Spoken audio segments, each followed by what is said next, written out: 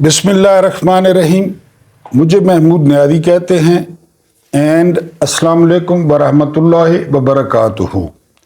आज सबसे पहले ज़िक्र वज़ीरिस्तान के इलाके मीर अली में पेश आने वाले अफसोसनाक वाक़े पर, जहाँ पर 7 जो है वो फ़ौजी जवान और अफसर वो शहीद हो गए। शोहदा की रूहें बिस्मिल्लाह। इसमें 39 साल के एक लेफ्टिनेंट कर्नल थे जिनका ताल्लुक़ कराची से था।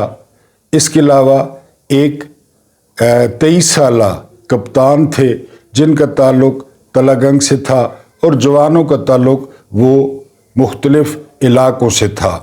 हम बार बार यही कहते हैं कि ये जो हमारी पाक फ़ौज है ये पूरे पाकिस्तान का गुलदस्ता है। हम इन शोहदा के वालदैन के मकरूज़ हैं, हम इन शोहदा के वालदैन के मशकूर हैं, हम इन शोहदा के बीवियों के, बच्चों के, इनके रिश्तेदारों के मकरूज़ हैं। उनके साथ ताज़ियत करते हैं और दुआ करते हैं कि अल्लाह पाक इनकी रूहों को जन्नतुल फिरदौस अता करे। अब देखें ना, ये वो लोग हैं जो किसी किस्म की कोई सियासी इंजीनियरिंग नहीं कर रहे थे, ये कोई वोट चेंज नहीं कर रहे थे, ये किसी पर तशद्दुद नहीं कर रहे थे, ये किसी को अगवा नहीं कर रहे थे। मैं अपने तकरीबन हर वीलॉग में मिलिट्री इस्टेब्लिशमेंट से अपने इख्तलाफात आप सुनते हैं, मैं वो बयान करता हूँ, लेकिन वो एक अलहदा बात है। यानी शख्सियात से इख्तलाफ ये कोई ऐसी बात नहीं है।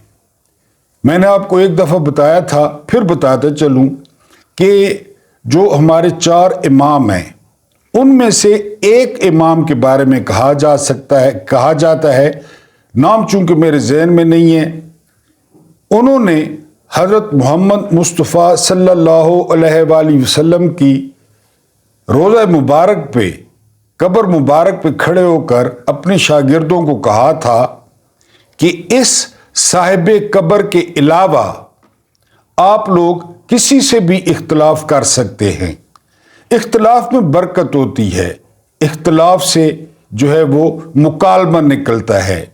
और ये भी अर्ज कर चुका हूँ कि कोई फ़र्द हो या कोई कौम हो, वो गलती करके तबाह नहीं होती। हाँ, गलती पर डट जाने पर और गलती पर इसरार करने से तबाह होती है, चाहे वो एक शख्स हो चाहे वो कौम हो। आपने गलती कर दी, ठीक है, इंसान खता का पुतला है। आपका गलती करना साबित करता है कि आप इंसान हैं, आप फरिश्ते नहीं हैं, क्योंकि इंसान गलती करता है। लेकिन फिर गलती पर इसरार न करें, गलती को सुधारें, गलती से पीछे हटें। तो हमारी जो मिलिट्री इस्टेब्लिशमेंट के साथ जो ये इख्तलाफ चलता रहता है वो ये कि अगर गलतियां होती हैं तो गलतियों को सुधारना पड़ता है, गलतियों से सरेंडर करना पड़ता है। बाकी फौज हमारे जो है ना वो जिस्म का टुकड़ा है। फौज इस तरह मुल्क के लिए ज़रूरी है जिस तरह के इंसान को ज़िंदा रहने के लिए ऑक्सीजन की ज़रूरत है। और एक बार फिर मैं उन शोहदा की बुलंदी दर्जात के लिए दुआ गो हूँ। अपने मोअज़्ज़िज़ जो है वो नाज़रीन से भी यही दरख्वास्त करूँगा कि वो भी शोहदा के हक़ में दुआ करें। अब आप देखें कि रमज़ान का महीना, अब आप देखें कि लोग ईद की तैयारियां कर रहा है। आप ज़रा तसव्वुर करें, इनके जो शादीशुदा थे उनकी जो है ना वो बीवियां, इसके अलावा जिनकी औलाद थी उनके बच्चे, उनको ईद का गिफ्ट क्या मिला, वो ईद से पहले क्या रिसीव करेंगे अपने घर में। तो ये बड़ा मुश्किल है, इसका तसव्वुर करना भी बड़ा मुश्किल है। बातें करना बहुत आसान है। हमारा इख्तलाफ और वजह से है, हमारा कभी भी इख्तलाफ इस वजह से नहीं रहा कि जो लोग इस मुल्क की जड़ों में अपना जवान खून डाल रहे हैं कि ये मुल्क महफूज रहे और इस मुल्क के लोग वो पुरसुकून ज़िंदगी गुजारें और इस मुल्क के लोग आज़ादी का जायका चखें। आप सिर्फ गज़ा को देख लें, آپ غزہ میں ہونے والی افطاری کے مناظر دیکھ لیں، کہاں پہ بیٹھ کے وہ افطاریاں کر رہے ہیں۔ آپ ان چھوٹے چھوٹے فرشتوں کے چہرے دیکھیں، یقین کریں میں نے زندگی میں اتنے خوبصورت بچے نہیں دیکھے، اور میں نے زندگی میں اتنے جو ہے نا وہ خوفزدہ بچے بھی نہیں دیکھے۔ ایک ویلاگ میں آپ کو بتایا تھا کہ غزہ اب دنیا کی وہ بستی بن چکی ہے جس کی گلیوں میں بچے نہیں ہیں۔ آپ اندازہ کریں کہ جس بستی کی گلیوں میں بچے نہ ہوں، بچوں کی کلکاریاں نہ ہوں، بچوں کی شرارتیں نہ ہوں، تو وہ تو قبرستان ہے۔ اور اسرائیل نے غزہ کو وہ قبرستان بنا دیا ہے، اور مجال ہے کہ ان 50 ممالک میں سے کسی نے کوئی کام کی دھمکی دی ہو، عملی اقدامات تو چھوڑے نا، دھمکی جسے دھمکی کہتے ہیں، یعنی تڑ والی دھمکی دی ہو۔ پاکستان ہے، پاکستان کی دھمکی وزن رکھتی ہے، سعودیہ ہے، سعودیہ کی دھمکی وزن رکھتی ہے، ایران کی دھمکی وزن رکھتی ہے، ترکی کی دھمکی وزن رکھتی ہے، لیکن کوئی مزیدار قسم کی دھمکی کسی نے نہیں دی کہ ہم یہ کر دیں گے، ہم وہ کر دیں گے۔ جس طرح بندہ فلموں میں یا پنجابی فلموں میں ڈائلاگ مارتا ہے، یہ ڈائلاگ مارنے سے بھی ڈرتے ہیں۔ کل پرسوں آپ نے شاید دیکھو پی ایس ایل کے میچ میں کسی من چلے نے فلسطین کا پرچم لہرایا، اور پولیس والا اس طرح کتے کی طرح جھپٹا اس پرچم پہ کہ جیسے جو ہے نا وہ پتہ نہیں اس نے کیا اٹھا لیا ہے، اور تھا فلسطین کا پرچم۔ تو اتنا ڈر، اتنا خوف۔ کبھی کبھی اگر قبرستانوں کا چکر لگا لیا کریں تو آپ کو پتہ چل جائے گا کہ آپ ڈریں یا نہ ڈریں، آپ بادشاہ ہوں، آپ فقیر ہوں، آپ سپہ سالار ہوں، آپ جوان ہوں، آپ قبرستان کا وہ چکر لگا لیں۔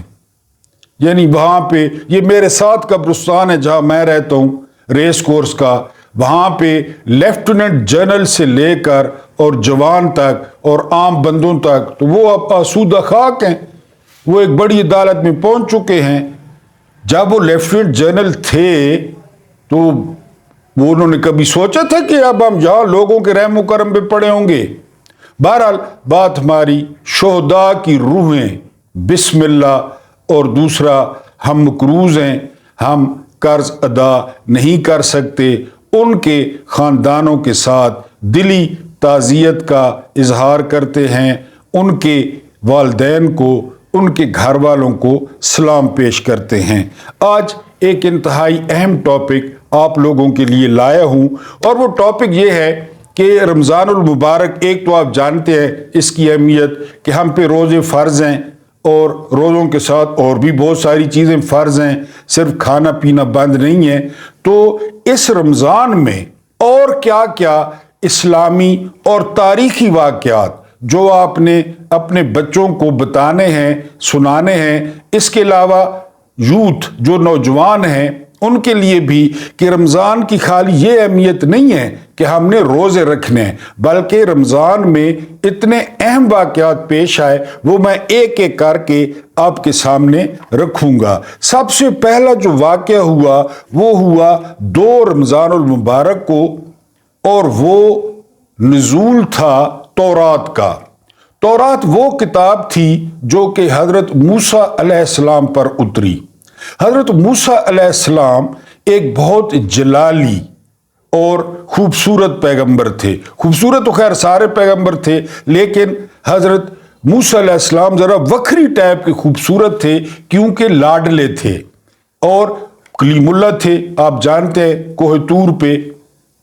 اور پھر موسیٰ علیہ السلام کے ساتھ جو ایک اور خصوصیت جڑی ہوئی ہے وہ یہ کہ موسیٰ علیہ السلام کے چکر میں بعض کتابوں میں لکھا ہے کہ رامسیس یعنی فرعون نے کم از کم بنی اسرائیل کے 70,000 بچے مروا دیے تھے، کیونکہ جادوگروں نے بتایا تھا کہ بنی اسرائیل میں ایک ایسا بچہ پیدا ہوگا جو تمہیں دریا برد کر دے گا۔ اسی چکر میں بہت سارے بچے مارے گئے، لیکن جو اصل بچہ تھا، جو موسیٰ علیہ السلام تھے، ان کی ماں نے ان کو ایک صندوق میں بند کر کے دریا برد کر دیا، اور وہ صندوق چلتے چلتے وہ جو فرعون کی مسز تھی حضرت آسیہ سلام اللہ علیہ، ان کی سہیلیوں نے وہ صندوق پکڑ لیا۔ حضرت آسیہ کی اولاد نہیں تھی، جب انہوں نے باکس کھولا تو اتنا خوبصورت گول مٹول بچہ تھا، انہوں نے اس بچے کو اڈاپٹ کر لیا۔ اب ادھر بچے مارے جا رہے تھے، آپ اوپر والے کی شان دیکھیں نا، اور جو اصل بچہ تھا جس نے یہ سارا کام کرنا تھا، وہ رامسیس کے گھر میں شہزادوں کی طرح وہ زندگی بسر کرنے لگا۔ آپ کو بار بار نہیں کہتا واللہ خیر الماکرین کہ اس کی تدبیر تمام تدبیروں کی امام ہے۔ ادھر پیٹ پھاڑے جا رہے تھے حاملہ خواتین کے، بچے نکالے جا رہے تھے، اور ادھر جو اصل بچہ تھا وہ فرعون کے گھر میں پل رہا تھا۔ پھر آگے آپ کو پتہ ہے جو کچھ ہوا۔ تو حضرت موسیٰ علیہ السلام پہ جب تورات کا نزول ہوا، جب تورات اتری تو 2 رمضان المبارک تھا، ان کے ساتھ ان کے بھائی بھی پیغمبر کا درجہ ملا، حضرت ہارون علیہ السلام کو جو آپ کے بھائی تھے، اور رسالت مآب صلی اللہ علیہ وآلہ وسلم نے مولا علی کو نسبت دی تھی کہ تمہاری میرے ساتھ وہی نسبت ہے جو ہارون کو موسیٰ کے ساتھ تھی، لیکن میرے بعد کوئی پیغمبر نہیں ہے۔ یعنی ہارون علیہ السلام جو پیغمبر تھے، 2 رمضان المبارک کو تورات نازل ہوئی۔ دوسرا جو سب سے اہم واقعہ ہوا اور جس نے حضرت محمد مصطفیٰ صلی اللہ علیہ وآلہ وسلم کی زندگی پر بہت اثر ڈالا اور اس سال کو غم کا سال قرار دے دیا گیا تھا، وہ تھا حضرت ختیجہ الکبریٰ کی وفات۔ یہ جی رمضان تھا 10 رمضان کو حضرت ختیجہ الکبریٰ کی وفات ہوئی۔ حضرت ختیجہ الکبریٰ صورت اور سیرت میں ایسی تھی کہ آپ طاہرہ مشہور تھیں، آپ پاک مشہور تھیں، اور تجارت کے معاملات میں اتنی جو ہے نا وہ ماہر تھیں کہ اس وقت مکہ میں خواتین تو کیا کوئی مرد بھی حضرت ختیجہ جتنا مالدار نہیں تھا۔ پھر آپ کا ایک قافلہ رسالت مآب صلی اللہ علیہ وآلہ وسلم لے کر شام گئے، اور جو ان کا غلام تھا حضرت ختیجہ الکبریٰ کا میسرہ، اس نے واپس آ کر ساری روٹین بتائی کہ کیا شخص ہے عبداللہ کا بیٹا، کیا شخص ہے عبد المطلب کا پوتا، اور کیسے اس نے تجارت کی۔ یعنی وہ اوصاف بیان کیے غلام نے، اور پھر حضرت ختیجہ الکبریٰ نے نکاح کا پیغام بھیجا۔ آپ نے اپنے چچا جناب ابو طالب سے مشورہ کیا اور شادی کر لی۔ اب کتابوں میں ہے کہ آپ کی عمر اس وقت 25 سال تھی اور حضرت ختیجہ الکبریٰ کی 40 سال عمر تھی۔ ایک اور اہم بات کہ جتنی بھی اولادیں ہوئیں آپ صلی اللہ علیہ وآلہ وسلم کی، وہ حضرت ختیجہ سے ہوئیں، صرف جناب قاسم کے، کیونکہ جناب قاسم ماریہ قبطیہ کے بطن سے ہوئے تھے۔ ایک اور اہم بات حضرت ختیجہ کے حوالے سے کہ حضرت ختیجہ کی موجودگی میں رسالت مآب صلی اللہ علیہ وآلہ وسلم نے اور کوئی شادی نہیں کی تھی، باقی شادیاں آپ نے حضرت ختیجہ کے بعد کی۔ تو 10 رمضان المبارک کو یہ بڑی ہستی وہ اس دنیا سے پردہ فرما گئی۔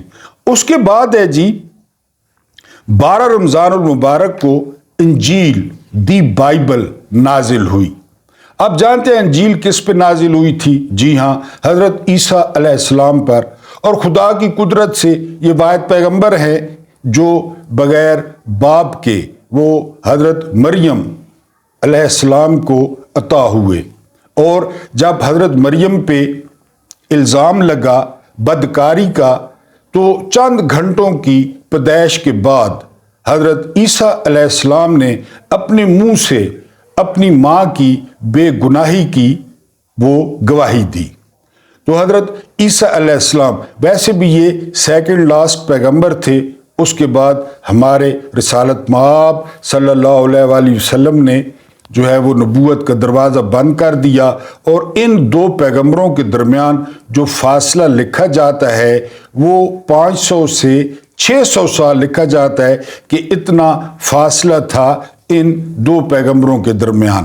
پھر ہمارے عقیدے کے مطابق یہودیوں نے مقدمہ چلایا اور صلیب تک لے گئے اور پھر ان کو اوپر اٹھا لیا گیا۔ تو یہ حضرت عیسیٰ علیہ السلام پر انجیل اتری تھی 12 رمضان المبارک کو۔ اس کے بعد ایک اور انتہائی اہم واقعہ وہ ہوا 15 رمضان کو۔ 15 رمضان کو حضرت علی علیہ السلام اور حضرت فاطمہ الزہرا سلام اللہ علیہ کے گھر امام حسن دی پرنس آف جنہ انہوں نے جنم لیا، اور حضرت امام حسن کی جو پیدائش تھی وہ پیغمبر کے لیے بہت زیادہ خوشیاں لائی۔ اس کی وجہ یہ تھی کہ ہنستے تھے جو مشرکین تھے کہ آپ کی نسل ہی نہیں ہے، یعنی وہ آپ کو یاد ہوگا انا آتینا کل کوثر فصلی لربک وانحر وان شانئک هو الابتر، یہی بے نام و نشان رہیں گے، آپ فکر نہ کریں۔ یعنی لوگوں کی جو نسل ہے وہ بیٹوں سے چلتی ہے، لیکن رسالت مآب صلی اللہ علیہ وآلہ وسلم کی نسل جو ہے وہ ان کی بیٹی سے چلی، اور حضرت امام حسن کی پیدائش پہ آپ بہت زیادہ خوش ہوئے، اور اس وقت تھا 15 رمضان۔ اس کے بعد جی ابھی 2-2.5 سال ہوئے تھے اس کو اسلام کو کہ 17 رمضان کو غزوہ بدر، یعنی سٹیٹس کو برداشت نہیں کر سکا ابو سفیان، ابو جہل، کیونکہ دعوت دی جا رہی تھی لا الہ الا اللہ، کوئی معبود نہیں ہے سوائے اللہ کے، اور کعبے میں 360 بت پڑے تھے۔ وہ کہتے تھے یہ بارش کا خدا ہے، یہ بچے دینے کا خدا ہے، یہ نوکری کا خدا ہے، یہ جو ہے نا بادلوں کا خدا ہے۔ انہوں نے اعلان کر دیا، سٹیٹس کو کبھی برداشت نہیں کرتا، اور پھر خاص کر یہ کہ کوئی نہیں ہے سوائے اللہ کے، ان کی کھڑپینچی خطرے میں پڑ گئی کہ ہم لوگوں کے روزی رساں ہیں، نعوذ باللہ، ہم لوگوں کے کام کرنے والے ہیں، ہم سردار ہیں۔ پھر ایک اور بات یہ کہ جی ہماری طرف نبوت نہیں آئی، اور ایک پیدائشی یتیم یعنی جن کے والد جناب عبداللہ پیدائش سے پہلے چلے گئے، اس پر کیسے نبوت آ گئی؟ تو بہرحال انہوں نے متحد ہو کر 1000 بندہ جمع کیا، کیل کانٹے سے لیس، اور بدر کے مقام پر ایک خون ریز جنگ ہوئی، وہ جو 313 مشہور ہے تاریخ میں، عبرتناک شکست دی کفار کو، اور اس میں جو بڑا کردار تھا وہ اسد اللہ حضرت حمزہ رضی اللہ تعالی عنہ بن عبد المطلب اور مولا علی علیہ السلام کا تھا، جنہوں نے کفار کو بھاگنے پر مجبور کیا، اور یہ تاریخ تھی جی 17 رمضان المبارک۔ اس کے بعد آتے ہیں 20 رمضان المبارک کو مکہ فتح ہوا، جب 10,000 جوانوں کے ساتھ صحابیوں کے ساتھ آپ مکہ آئے اور عام معافی کا اعلان کر دیا کہ جو ابو سفیان کے گھر چلا جائے گا اس کو امان دی جائے گی، جو تلوار نہیں اٹھائے گا، جو بوڑھا ہوگا، جو بچہ ہوگا، جو عورت ہوگی، کسی پر تلوار نہیں اٹھائی جائے گی، اور ایک شخص کو مارے بغیر مکہ فتح ہو گیا اور عام معافی کا اعلان کر دیا گیا۔ یہ تھا جی 20 رمضان المبارک۔ اس کے بعد 17 رمضان المبارک حضرت عائشہ صدیقہ رضی اللہ تعالی عنہ ان کی وفات ہوئی۔ حضرت عائشہ صدیقہ حضرت ابو بکر صدیق کی بیٹی تھی اور ام المومنین تھی، اور ان کی 18 سال کتابوں کے مطابق 18 سال کی عمر میں ان کی جو ہے نا وہ یہ بیوہ ہوئی تھی، اور اس کے بعد یہ تقریباً 60 سال سے زیادہ کہا جاتا ہے ان کی عمر تھی جب ان کا انتقال ہوا۔ اور ان کی ذات کے ساتھ ویسے بھی بہت سارے واقعات جڑے ہوئے ہیں، جن میں ایک جنگ جمل بھی ہے، لیکن میں ان تفصیلات میں نہیں جاتا۔ حضرت عائشہ صدیقہ نے یہ وصیت کی تھی کہ جو بقایا उम्महात उल मोमिनीन हैं और जो पैगंबर के ख़ानदान वाले हैं उनके पहलू में मुझे जन्नतुल बकी में दफन किया जाए। ये उनकी वसीयत थी और था जी 17 रमज़ान। उसके बाद 18 रमज़ान ये था जी नुज़ूल ज़बूर। हज़रत दाऊद अलैहिस्सलाम पर यह किताब उतरी थी ज़बूर, और इसको नगमात ज़बूर भी कहा जाता है, क्योंकि जब हज़रत दाऊद अलैहिस्सलाम इसकी तिलावत करते तो किताबों में है कि कोई ऐसा सांस लेने वाला मखलूक नहीं थी जो इकट्ठी न हो जाती। एक तो हज़रत दाऊद अलैहिस्सलाम की अपनी आवाज़ और दूसरा ये कलाम ज़बूर। हर चरिंद परिंद इंसान वो सारे वहाँ पे इकट्ठे हो जाते जब हज़रत दाऊद अलैहिस्सलाम ज़बूर की तिलावत करते, और ये था जी 18 रमज़ान। उसके बाद जिस चीज़ ने हमारा शिराज़ा बखेरा, जिसने हमें मुत्तहिद रखा हुआ था खिलाफत, 19 रमज़ान को मस्जिद में लेइन अब्दुर्रहमान इब्ने मलजम मुरादी, उसने जब मौला अली अलैहिस्सलाम के सर पर तलवार मारी और आपके खूबसूरत बाल और आपकी खूबसूरत दाढ़ी वो खून से रंग गई, और ये रसालत माब सल्लल्लाहु अलैहि वसल्लम की हदीस भी थी कि अली की दाढ़ी खून में रंगी जाएगी। ये 19 रमज़ान था। ज़रब आपको लगी 19 रमज़ान को, लेकिन आपकी जो शहादत है वो 21 रमज़ान को हुई, और इन 2 दिनों में आपने बहुत सारी बातें की, और यहाँ से आप अंदाज़ा करें कि नस्ली दुश्मन वो क्या होता है। आपने फरमाया कि अगर मैं बच गया, मौला ने फरमाया, तो ये मेरा और इब्ने मलजम का मामला है, मैं जो चाहे करूं। अगर मैं न बचा यानी शहीद हो गया, अपने बेटों को कहा, तो मुझे एक ज़रब लगी है, एक ज़रब से इब्ने मलजम को कत्ल करना है। आप अंदाज़ा करें, बिस्तर मर्ग पे, और ये आखिरी चट्टान थी मुसलमानों के लिए, ये आखिरी चट्टान थी मुसलमानों के लिए, ये आखिरी चादर थी जिसने अपनी ओट में वो उम्मा को लिए हुए था। उसके बाद फिर फितनों का दौर शुरू हुआ, वो आप सारे जानते हैं कहाँ से बात चली, कहाँ पे पहुंची। आज तक हमारा शिराज़ा बिखरा हुआ है। ये आखिरी पर्सनैलिटी थी जिस पे दुनिया के तमाम मुसलमानों का जो है वो इत्तफाक था कि रूए ज़मीन पर इन जैसी शख्सियत मौजूद नहीं है। बहरहाल 19 रमज़ान अल मुबारक को उनको ज़रब लगी, और 21 रमज़ान अल मुबारक को वो मुसलमानों को बेआसरा करके पर्दा फरमा गए मौला अली अलैहिस्सलाम। और आखिरी वो है जी कुरान का नुज़ूल, लैलतुल क़द्र, कुरान का नाजिल होना। एक बात आपने महसूस की है, वो ये कि तौरात, ज़बूर, इंजील और कुरान पाक, ये चारों जो इल्हामी किताबें थीं, इनकी जो नाजिल होना है वो रमज़ान में हुआ है। ये अहम तरीन बात है।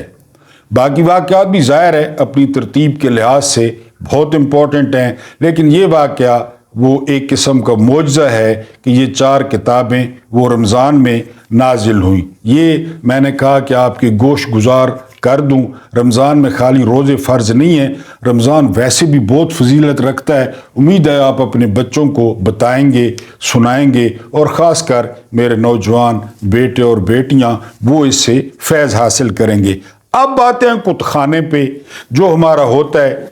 आपको पता है कि मैं पाकिस्तानी सियासत को कुतखाना कहता हूँ, और मैं पाकिस्तानी सियासत को ये कोयले पड़े हैं उसमें आपने हाथ मारने हैं, यानी वो कोयलों में आपने हाथ मारने हैं, फिर वो हाथ आपने अपने कपड़ों पे लगाने या भूले से अपने चेहरे पे लगाने।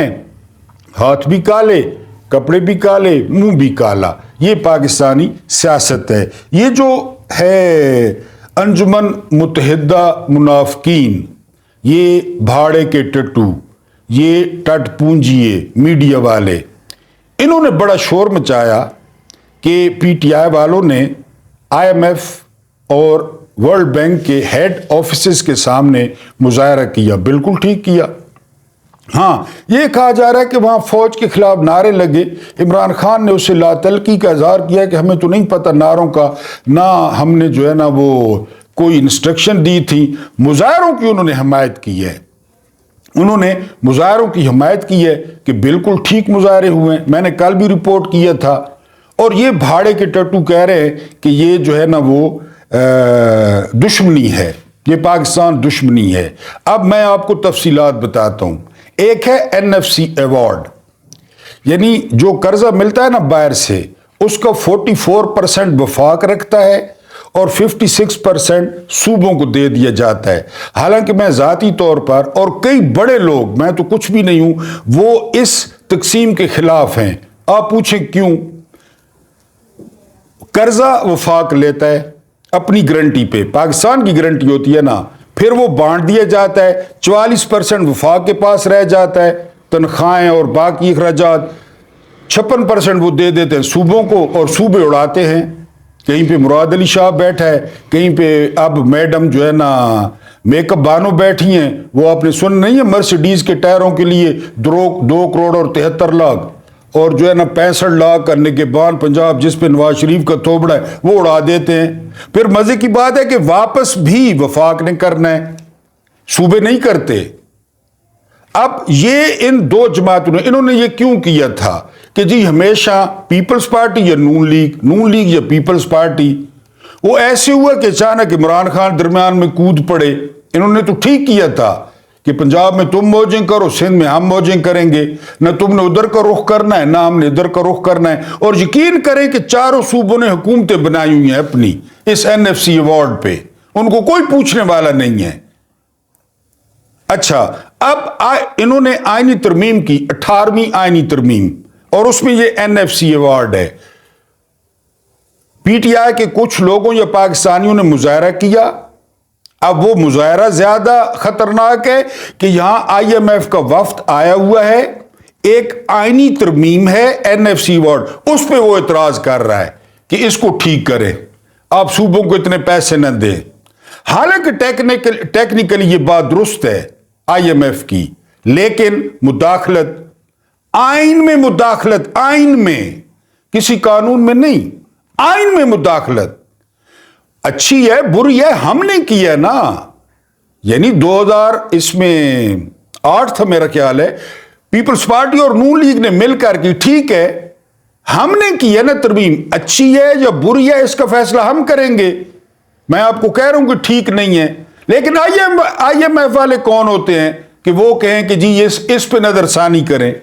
अब ये मुदाखलत नहीं है, अब भाड़े के टट्टू चुप हैं, अब वो टट पूंजी नहीं बोल रहे कि असल मुदाखलत ये है, असल मुदाखलत ये है कि वो तुम लोगों को बजट बना के देता है कि इस तरह बजट करो, पेंशनरों पे पेंशनर्स पे टैक्स लगाओ, तनख्वाहदार पे टैक्स लगाओ, दवाइयों पे 18% GST लगाओ। ये मुदाखलत नहीं है।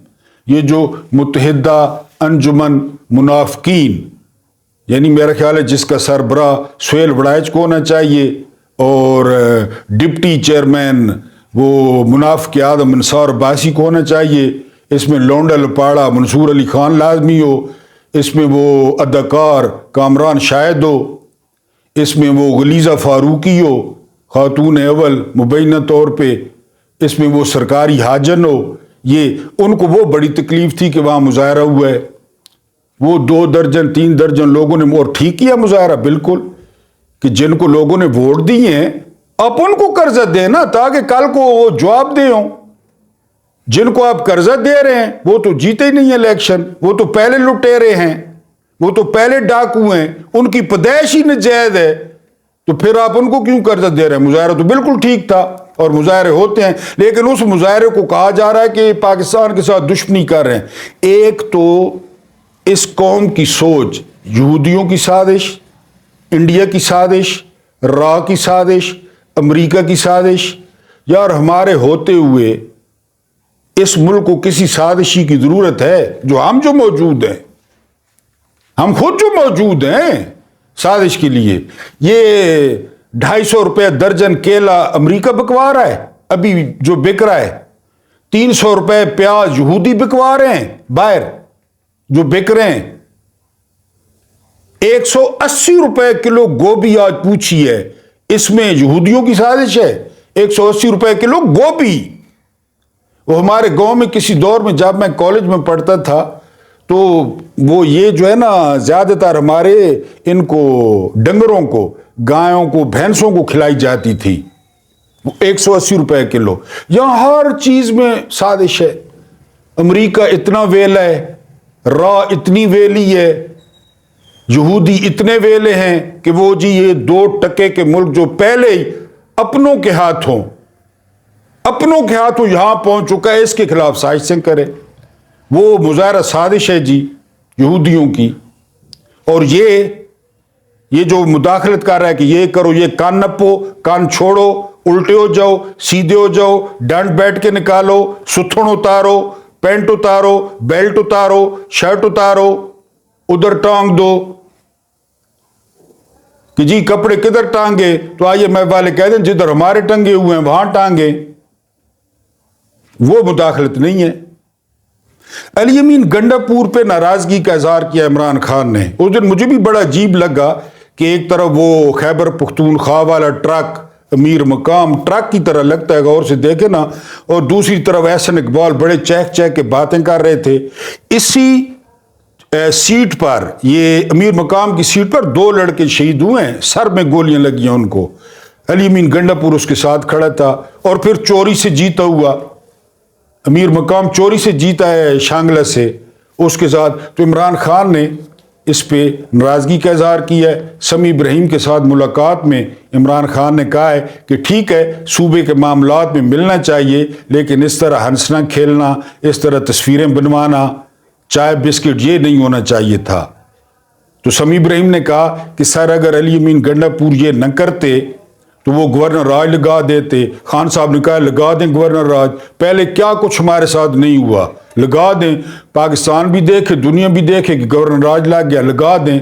और मैंने कल भी कहा था पीटीआई मुजामत करेगी तो मुफाहमत का रास्ता निकलेगा। अगर मुजामत नहीं करेगी, अगर टेम्परेचर को तेज नहीं करेगी, ये इनको मारते जाएंगे, ये इनको इस्त्री करते जाएंगे।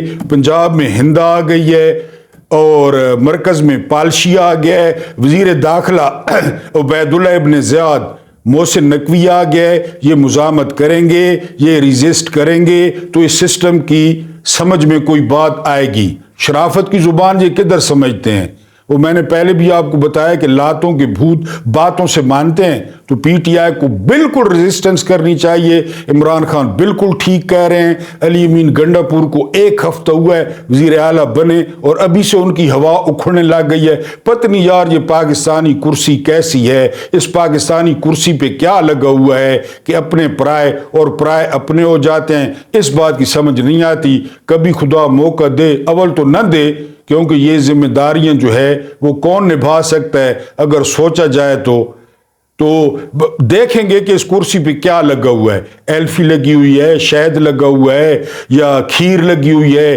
कि जो भी यहां बैठता है वो सब कुछ भूल जाता है। अल्लाह पाक आप लोगों को आसानियां अता फरमाए, आसानियां बांटने की तौफीक अता फरमाए, खासकर इस महीने में। मेरी ये बेरब्त गुफ्तगू, मेरी ये चवलें सुनने का और बर्दाश्त करने का बहुत बहुत शुक्रिया।